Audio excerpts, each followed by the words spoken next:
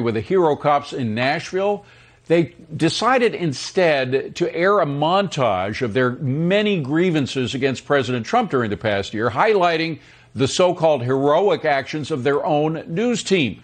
Come in, Adam Guillette. He is Accuracy in Media president. Adam, CNN really thinks that the so-called heroism of their very flawed news outfit is more important than genuine heroes of Nashville's finest, right?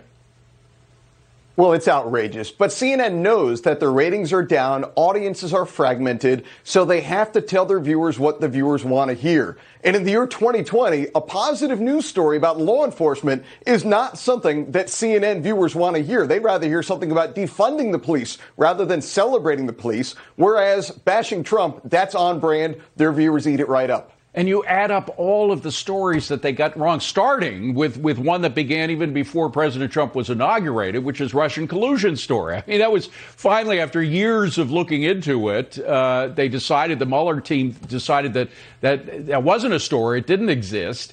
So they have all these stories that they got wrong, and yet they keep patting themselves on the back, and I wonder why. Well, it's insane. And actually, I'll give CNN credit for that one. At least CNN has covered the Eric Swalwell story. The New York Times, we've been going at this for weeks now. They're still ignoring the fact that a Democrat congressman who was appearing to be colluding with a Chinese spy, he's not getting any coverage from the newspaper that covers all that's fit to print. So credit to CNN. What the New York Times is doing by ignoring such a massive story really undermines the credibility that the media has. Well, particularly when you look at the New York Times more closely, they just had a podcast called Caliphate, which they had to pull. They actually had a major apology from the newspaper for putting it out there. So they're coming out with stories that are dead wrong.